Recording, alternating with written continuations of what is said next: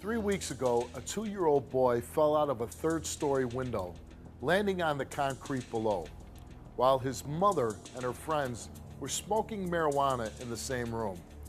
He suffered a broken jaw and a forearm, a punctured lung, and facial lacerations, and is lucky to be alive.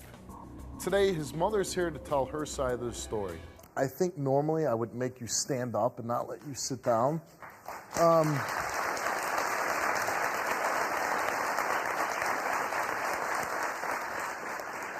But I've been briefed a little bit about this story, so I think we're going to talk about it, and I'm going to allow you to sit.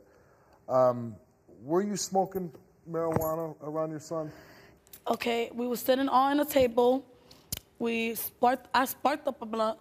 I took a toke, and I quickly left. I didn't smoke after that. I went downstairs, talked to a friend. When I came up, I was excited. I was gonna go out, you know. My son was running around. He came and behind me, so I didn't notice the window was open. Somebody opened the window. My sister or her girlfriend. I just want to know who opened the window. I don't think I'm responsible because, hello, it could have happened to anybody. It could have happened to anybody. I'll say this: you are responsible. Yes. Okay. You think about it. Your son fell from a third-floor window onto concrete. But I left for 20 minutes. They smoked the pot. Okay, I left. So you left and you let a bunch of pot smokers watch your children? But I told them not to smoke until I come back. Okay. You told them, don't smoke until I get back. Yes, I did. I'm not, why should I lie? What was the point? Lying. Why are you lying, Marilis? Oh, I'm lying? You told us not to smoke in your house? I didn't set my house. You told us not to leave while you left? You just what, leave? You know what? Listen, it's time for everybody to stand up. You just left? I'm gonna get right to you. You said, I told everybody, don't start smoking pot till I get back. What was the point of that? Because it was my blunt. I'm not gonna lie. Yes.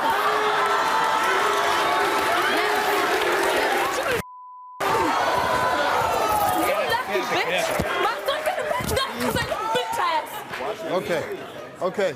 Why don't you tell me what happened that day? Okay. Me and my girl decided to, go visit her. She was already cleaning. When we got there, she was cleaning. And as far as I'm concerned, I had seen the window open. The window was open when you got there? Yeah, it was open. And we were smoking. And who's the other girl? You're her sister-in-law, and who's the other girl? It's my girlfriend, her sister. Okay. Then she went downstairs. She was talking to her friend for like almost 20 minutes. While she was downstairs, me and her sister kept smoking her pot. Right. Then she came up Did she say, don't smoke my pot? No, she didn't say don't smoke it, but we kept smoking it. Oh, okay. No, ask my sister. Okay, you probably told her, but didn't tell me. I told you, you're not deaf. You got probably ears. I was high. I probably was so high. Yeah, you was high, probably. Anyways, so yeah, she came back and she sat down in a chair. We was all talking, and her sister, seen when the boy just went down, and she told her that, oh my God, your son fell out the window. No, she didn't react to nothing. She said, oh, your son, I think your son fell out the window. Yeah, like that, the first time. Somebody that see my son fall out the window, you supposed to react. It's a 2-year-old son. It's a 2 baby. But remember, you and my sister stood there while I looked out the window. And you're still sitting down. You know what? Because you had another son in the house. We gonna leave him inside the house? It's 2 people. My 2-year-old son gonna open the window by himself. That's impossible. Impossible, I know. And it's just you, me, and your sister. Yeah, and how you not gonna see him? You're blind? Hold on. It's only 3 of us. No, please be quiet. You're blind. What I ask you, though, is really this story, is this show about who opened the window? Who opened the window? So what is it about? Are you asking me? Yeah. And I'm going to tell you what you're the host. And I'll say what the show's about.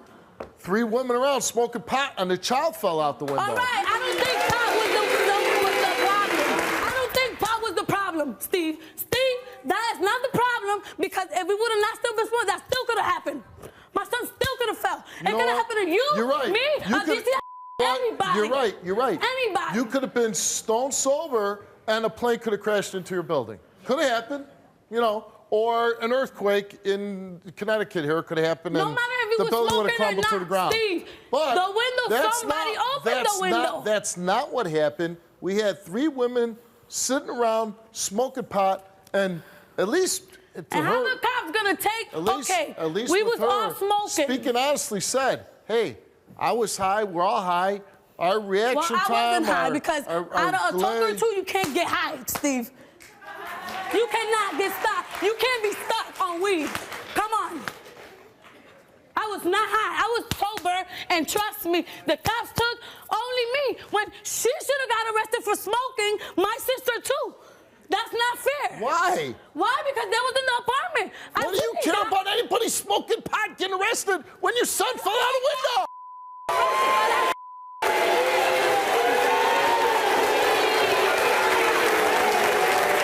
Do you feel responsible at all? I don't feel responsible for my son. No, I don't. Window. I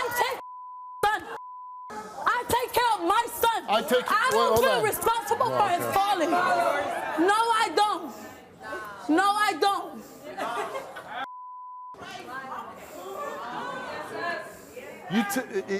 It's almost shocking. I got to ask the question again. Oh, I'm responsible? I'm not saying you're responsible.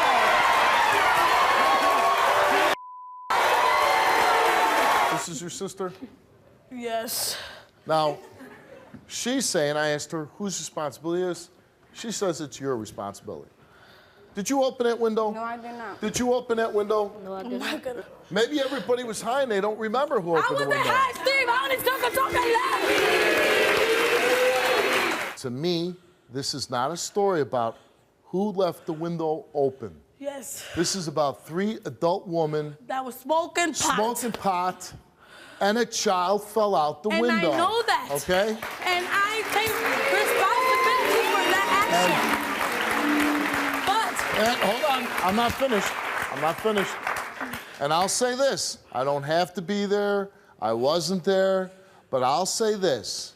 If the 3 of you weren't smoking pot, if none of you were smoking pot, it still could have happened. I truly believe that your son would not have fell out the window. It still could have happened, Steve. That's your opinion. My opinion was... If I made you feel like, you know, I'm saying that it was you that opened the window, then you know what? I'm sorry. But you just got to understand that it was not me who opened the window. You know what I'm saying? If, you know, I'm sorry that everything happened, but, you know, it's nobody's fault. Okay, yeah, you're the mom, you know. You was, you know, pay more attention. You know what? I'm going to say this. It's not Hold our on. fault. It was just an accident, you know? I'm going to say this. You're all wrong. You're all wrong. You're all wrong.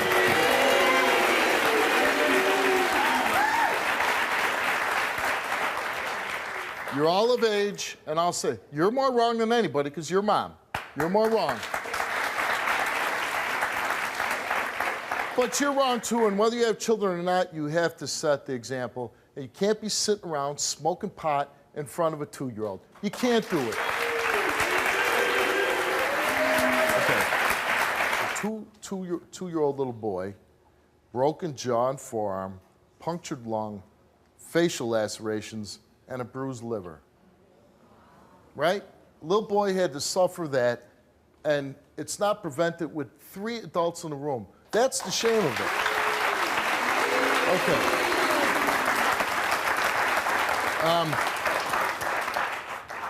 We normally don't do this, but with this case, we thought it's appropriate with the audience. Q&A, if you have a question, please go to the microphone. My first question is, and anybody feel free to answer this, how many people think that pot smoking led to this accident? And this might be just, you don't even have to go to the microphone, a show of hands. So just about everybody. Does anyone think it's okay to smoke pot around their children? No. So nobody thinks that? No. We don't have one person in this room that thinks, you know, I have a little toke, my child's in the room, it's okay. Excuse me? Well, she obviously does, but I'm asking anybody out here. She did, but you now think it's wrong. Yes. Incident happened, your son has been taken away. And you have to take necessary steps to try to get him back, right? Okay, so I'm asking you, public opinion, should she be able to get her son back? Okay, Yes. I want to show hands of people that think yes. Okay. Let me see the hands of people that think no. Okay. And here's where I'll vote. I'm going to show my vote on stage. Should you be able to get your son back? I say yes. I think you should get your son back.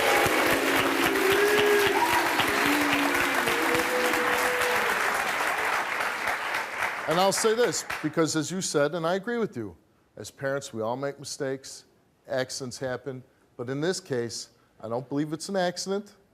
I don't believe that, I believe it could have been prevented. I think when you do things like do drugs and become intoxicated, when you're in charge, you have the responsibility of caring for your children, that's a mistake. And as much as you say you love your son, and I believe you do, I don't think that's an act. I believe you truly love your son. I think you would throw yourself in front of a speeding bus to save your son's life. Kids, they're always doing something that you're like, oh my God, get over here. And you have to be focused and sober to take care of your children. You have to be. I take it you're the only mother on stage, right? Yes. What would we give up for our children, right? What would we give up? And I always say, I'd give up everything. Everything for the safety, for the protection, for the comfort of, oh my God, right? Whatever I need to do to keep my kids with me, anything, every day that I wake up, what do I need to do to make sure that I'm a good father, I'm a good dad, right? Yes. That's my number one priority in life. That's what I need to take care of.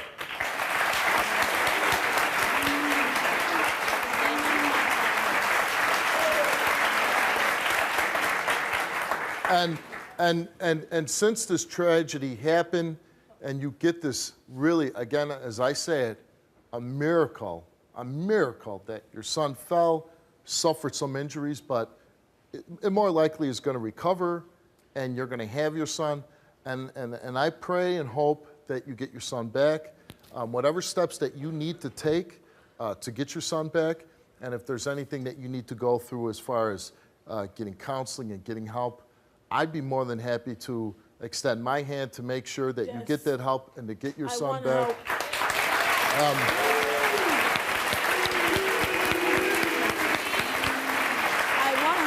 I want to change. And this is a story that was, it was a tragic story, but with a good outcome.